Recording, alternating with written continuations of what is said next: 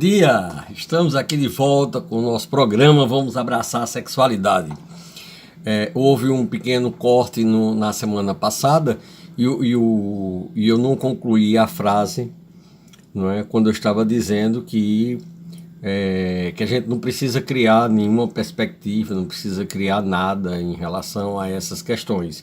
Apenas a gente precisa deixar as crianças livres para elas perguntarem o que achar interessante, o que é que achar normal para o momento que ela vive, etc. Se a criança está perguntando somente sobre como é que é diferente os genitais do pai e da mãe, a resposta é só realmente em relação a isso e não precisa mais passar para outro tipo de informação. Quando a criança quiser perguntar, ela vai perguntar normalmente, né, outras questões, né? Ela, normalmente, quando a mãe fica, ou a mulher que está esperando essa criança, né, fica grávida, é obviamente que a criança, né, pode só perguntar, não é, alguma questão relacionada à mudança do corpo. Se ela não perguntou como é que chegou ali, como é que sai, etc., não se precisa responder. Não é? Eu acho que a questão precisa ser somente posta na maneira em que você for perguntando as questões. Então, quando a criança for perguntando. Então, no caso, se ela pergunta como é que sai, você pode explicar. Obviamente que é bom você explicar as duas possibilidades, né? Tanto do parto normal como do parto cesariano. Mesmo que ela não entenda tudo, não compreenda tudo, mas o que ela conseguir compreender já é bom e mais tarde, em outros momentos ou com mais maturidade, ela vai perguntando mais detalhes, etc, etc.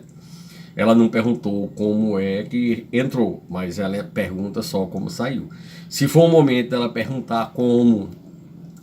sim, em relação à questão do parto, é importante colocar, não é, o parto normal, como é que ele ocorre, né? Que a mulher vai tendo elasticidade do canal vaginal e naturalmente a criança vai saindo quando completa mais ou menos o tempo de 9 meses, podendo acontecer casos de gravidez precoce ou de parto precoce. Então, nesse caso aí, é importante também você explicar.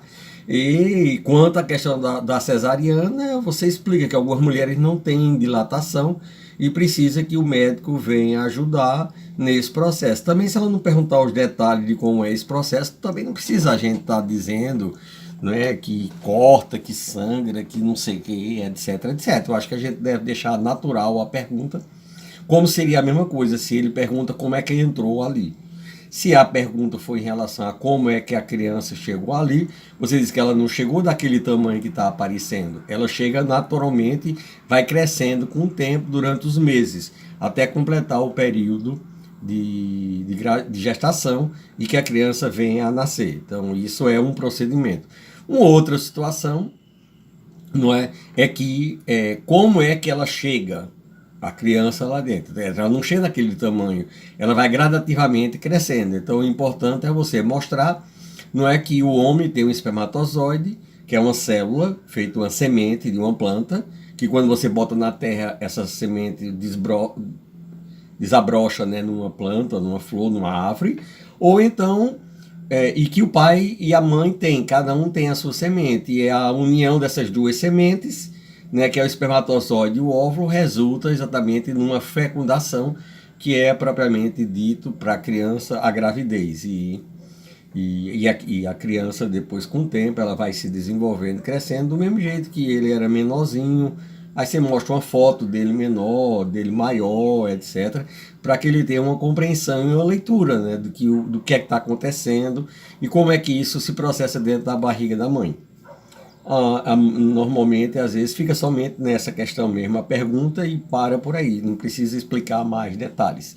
Se a criança vinha a perguntar como é que essas sementes entram e se juntam, não é? Então aqui o encontro entre um homem e uma mulher, né, gera um comportamento, não é, resultado do desejo, da vontade, que às vezes pode não acontecer, né, no caso quando não é planejado, não desejado, mas o melhor é dizer pelo lado, não é, de que o homem e a mulher, num momento de carinho, de atenção, não é, se juntam os corpos e daí a semente, o espermatozoide do pai se junta à semente da mãe. A pergunta pode ser só essa e ficar somente nessa. Não é? E outro caso é se ela perguntar realmente com detalhes.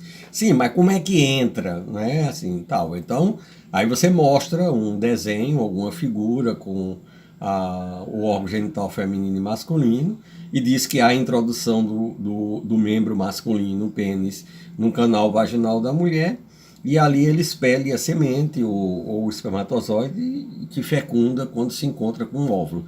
Essas são respostas básicas. A resposta deverá ser aprofundada se a criança quiser saber mais detalhes.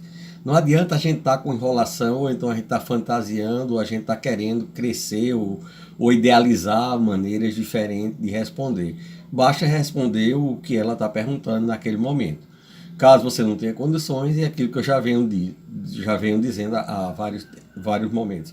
Você procura alguém que possa orientar, que possa contribuir para que exatamente essas orientações sejam mais adequadas e possíveis. Tem livros infantis, infanto-juvenis, infantis, que mostram essas figuras e mostram como é que é o procedimento e que é muito natural que a criança pergunte e que vá sendo informada para evitar distorções e futuros problemas na idade maior, na adolescência e na idade adulta.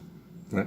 Uma das causas mais preocupantes não é exatamente a questão do abuso sexual, né, infanto-juvenil, que é muito corriqueiro, que às vezes acontece com um membro da própria família.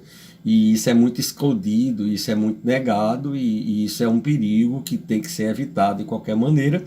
E se você orienta bem a criança, é nesse momento que você também vai colocando para ela, né, que ali é algo dela, que não pode ser tocada por ninguém, né? O pai e a mãe é uma questão diferente, quando você vai fazer um asseio, vai ajudar no banho, mas no caso dos meninos que tem o prepúcio, né, cobrindo a glândula, que é a famosa história da fimose, que você precisa ensinar e como é que arregaça, e como é que vai abrindo para poder que essa pessoa fique com o genital, né, bem estruturado e não precisa necessariamente de uma cirurgia. Às vezes se tem a cirurgia de fimose que os meninos têm que fazer para que possa aparecer essa ruptura dessa membrana que cobre, porque às vezes ela não abre, ela às vezes não arregaça, então é preciso passar essas informações.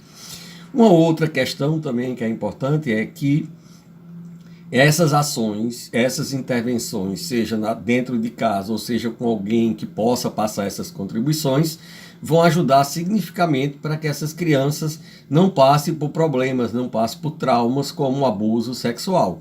Né? Porque se ela conhece e se você vai mostrando que é dela, que não é para ser tocado por ninguém, que não é para ser manipulado por ninguém, que você se afaste dessas situações e avise a própria família, mesmo sendo um membro da família, que é muito mais frequente do que uma pessoa de fora de casa. Então isso precisa ser pontuado. Eu não vou entrar em muitos detalhes, eu vou deixar para o próximo vídeo sobre a questão da prevenção do abuso sexual infanto-juvenil, mas eu queria somente apontar essas questões.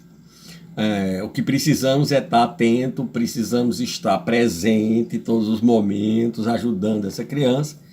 Né? Isso me lembra uma história que eu ouvi uma vez em certo local, quando a criança pergunta à mãe: mãe, como é que eu nasci? E a mãe diz: menino, deixa eu perguntar besteira. E o menino vai brincar, volta e meia, ele pergunta.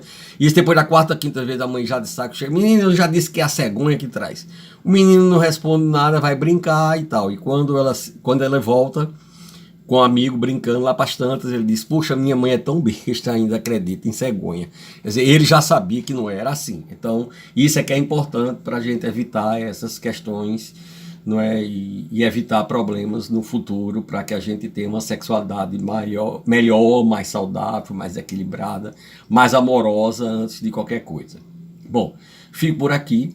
Né? Desejo que vocês, por favor, vão lá no meu link, se cadastre quem não é cadastrado, né? Dê lá o ok, né? Faça suas críticas, suas questões, suas perguntas, para que eu possa também estar respondendo, não é, se porventura precise de alguma questão.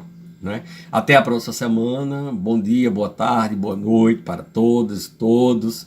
Que tenham um resto de semana maravilhoso, um fim de semana maravilhoso, né? E que curtam bastante com compromisso, com segurança e com amor, que isso é a coisa mais importante. Tchau.